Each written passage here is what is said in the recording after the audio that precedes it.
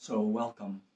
In this video I want to talk about the whole idea of ascension, that humanity is going to move in from 3D to 5D level of consciousness, light workers and all this kind of stuff. And actually I wish we could all stop talking about that stuff. So let me explain. So the whole idea of ascension, it really became very strong during 2012. Do you remember that time? 21st of December, 2012 was this magical date, and there was so much talk in the spiritual community, the New Age community, about something really big was going to happen. It was the end of the main calendar, and what does that mean? The end of time? And a lot of people interpreted that as, okay, we are going to make a huge shift in consciousness on the planet and we're going to move into the fifth dimension. So, which begs the question, what is the fifth dimension and where are we? Now, I like terminology to be clear. And one of my problems with all of this is that it's so much unclarity about what are we actually talking about. So what are the dimensions? So it gets pretty confusing very quickly if I do a Google search on the dimensions. We understand from school maybe the two-dimensional flat level, flat plane, so you can move forward and sideways. Those two dimensions are available. That's 2D reality. Height is the third dimension. So you can sort of imagine if you were an ant crawling and you could only move on a horizontal level. Now if somebody came to pick up the ant and move him up and then place him down, for the ant that would be a world-shocking experience. Like, what happened? He just entered through the third dimension and then lands in a different space. It's like a miracle. Because they don't know, on that level you don't know that there is height available. So if that's the three-dimensional, we know about this in a world. We live in a three-dimensional world. In space. There are three dimensions to space. So the fourth dimension, Albert Einstein in 1905 came up with the idea that time is the fourth dimension. And you get the space-time dimension. So, okay. Then if that's the case, but there's already fourth dimension already, there's a whole loads of different theories about it where it is kind of more in a space setting. We're going into high mathematics, physics, which I cannot understand. Fifth dimension even goes beyond that. So at the time around 2012, in the spiritual community, the idea was that the fifth dimension is we're going beyond time and beyond, we would lose our body. If we make that shift in the fifth dimension, we would disappear physically from the earth. We would ascend and land in whatever the fifth dimension is. A space of consciousness where we don't have a physical body as such as we have now. And you know, it's now you can sort of laugh about it. Already at the time I was like, I'm not sure. Even people like John Melchizedek, that I highly regarded, he came up with Flower of Life, Merkaba meditation, he brought that back. I really have huge respect for that. However, he was at the time also talking about, yes, we are going through that transition, there's a time window, and for sure it's going to happen. There was another spiritual teacher whose name I can't remember, Matt something, who posted videos on YouTube that he got information from the angels and the masters, his guides that he was channeling, that definitely on a certain date he was going to move, or the first wave of people would go to the fifth dimension, and yes, I can now declare that I'm going there as well. And he was so happy. Well, that date came in and went, and he's still here.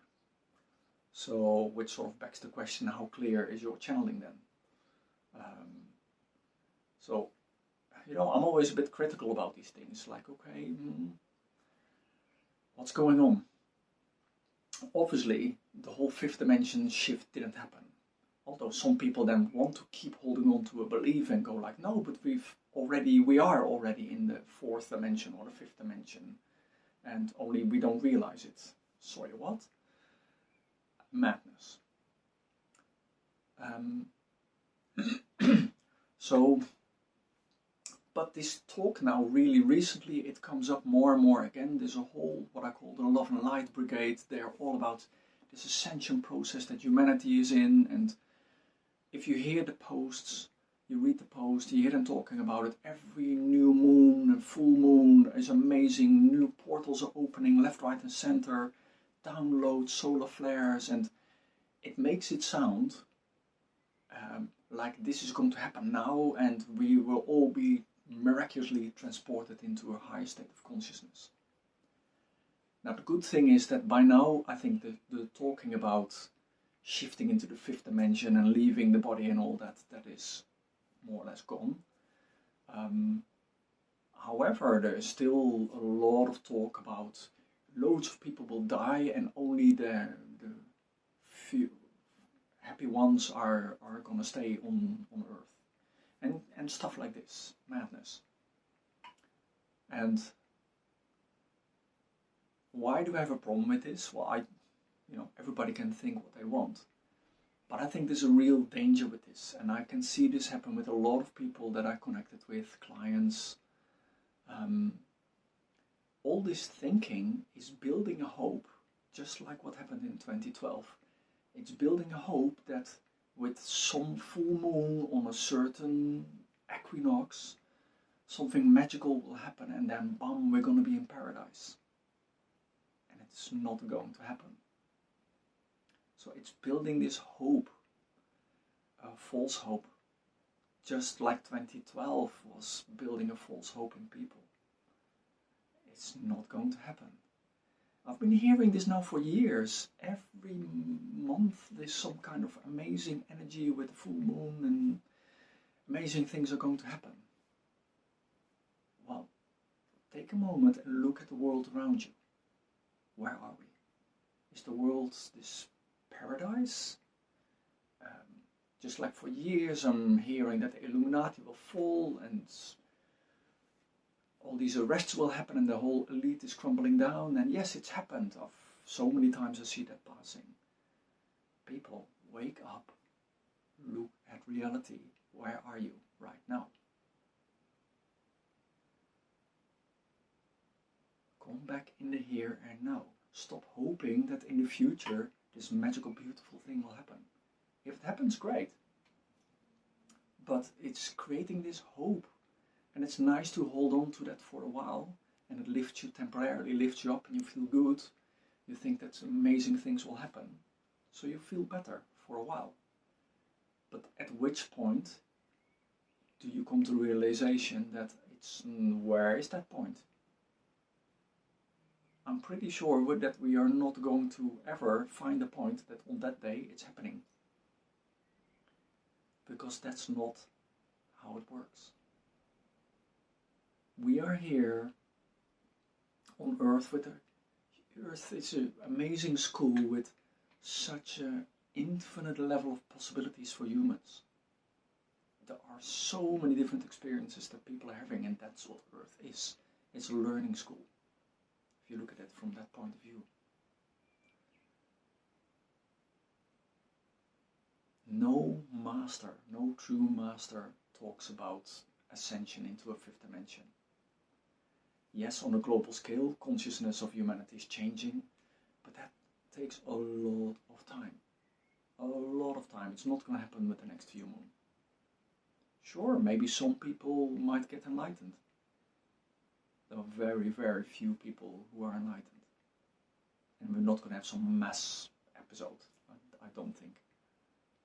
Because that's never happened before. I don't see that happening. I don't see that happening for sure with the whole Love and Light Brigade, as I call it.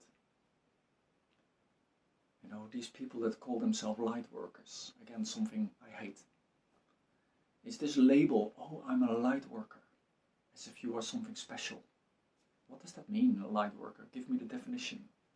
Okay, so you can feel energies, you can do meditation, you can maybe can do some healing.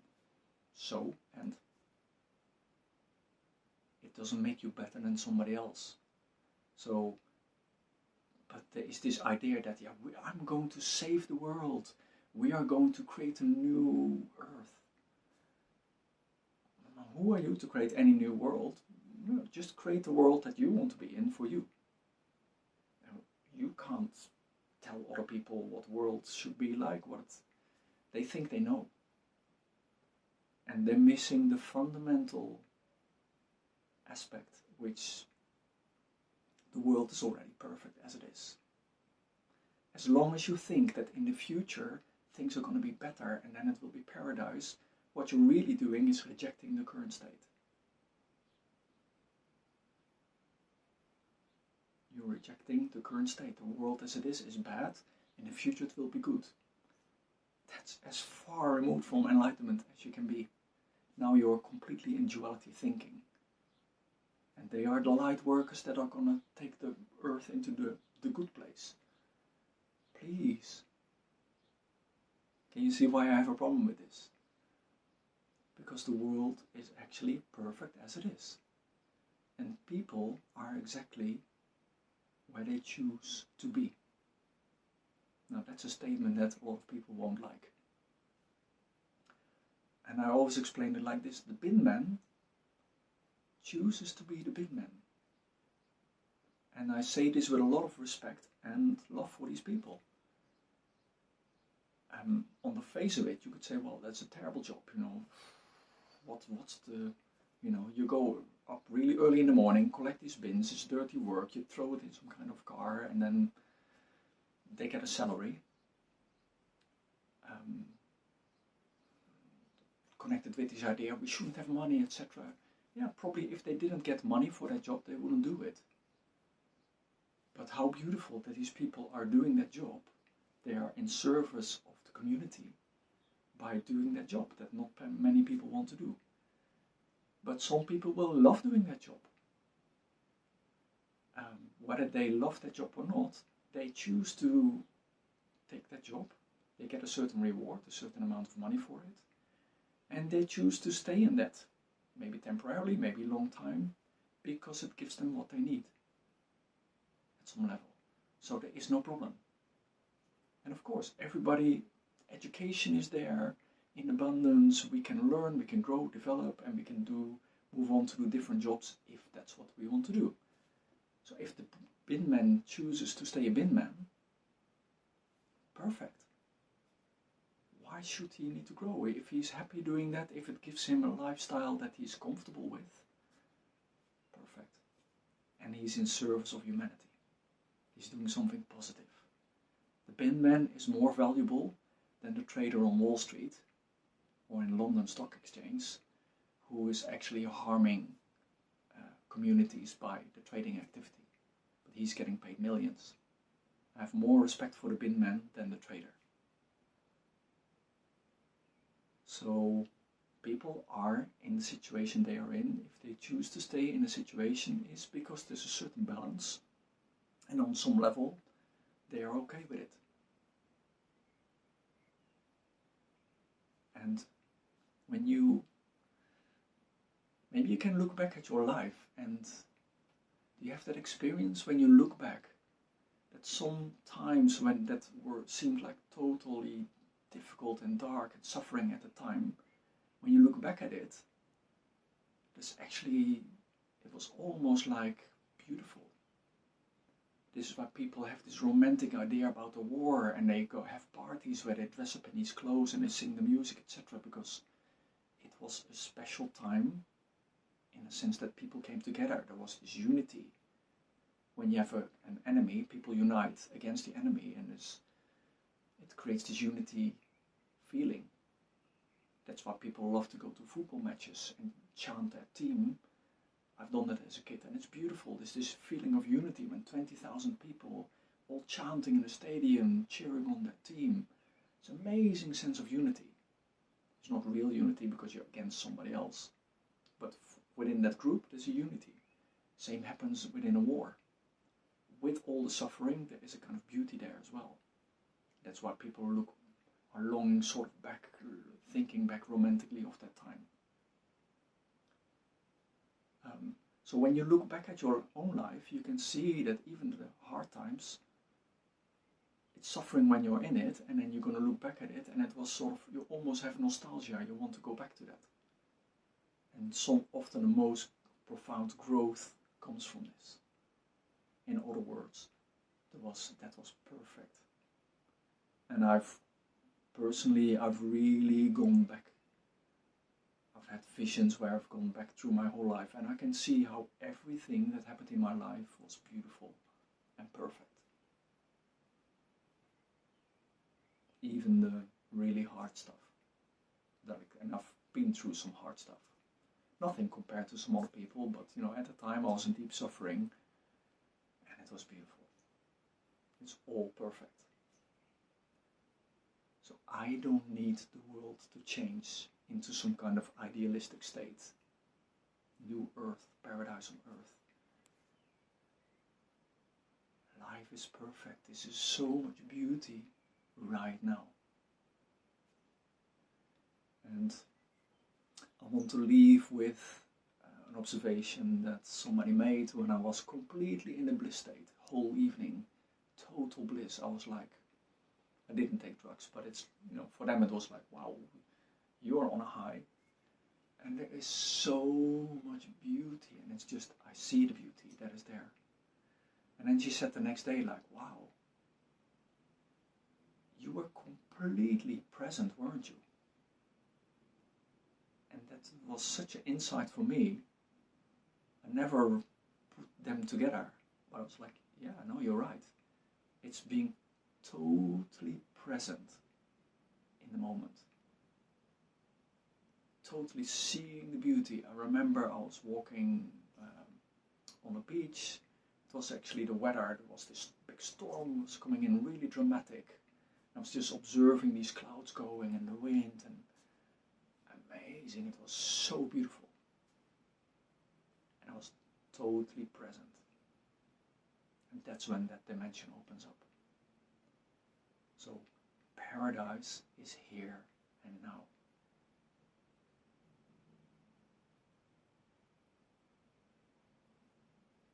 There is no good or bad. As when your consciousness lifts to a certain level, you go beyond good or bad, you go beyond the duality. Everything becomes beautiful. It doesn't mean that you are in bliss all the time. I'm not in bliss all the time. But I don't need to create a new world. I have no need to tell anybody what to do. I will lead the way into the new. Please, all this nonsense. There's free will. This is an amazing place where we can experience and grow and develop.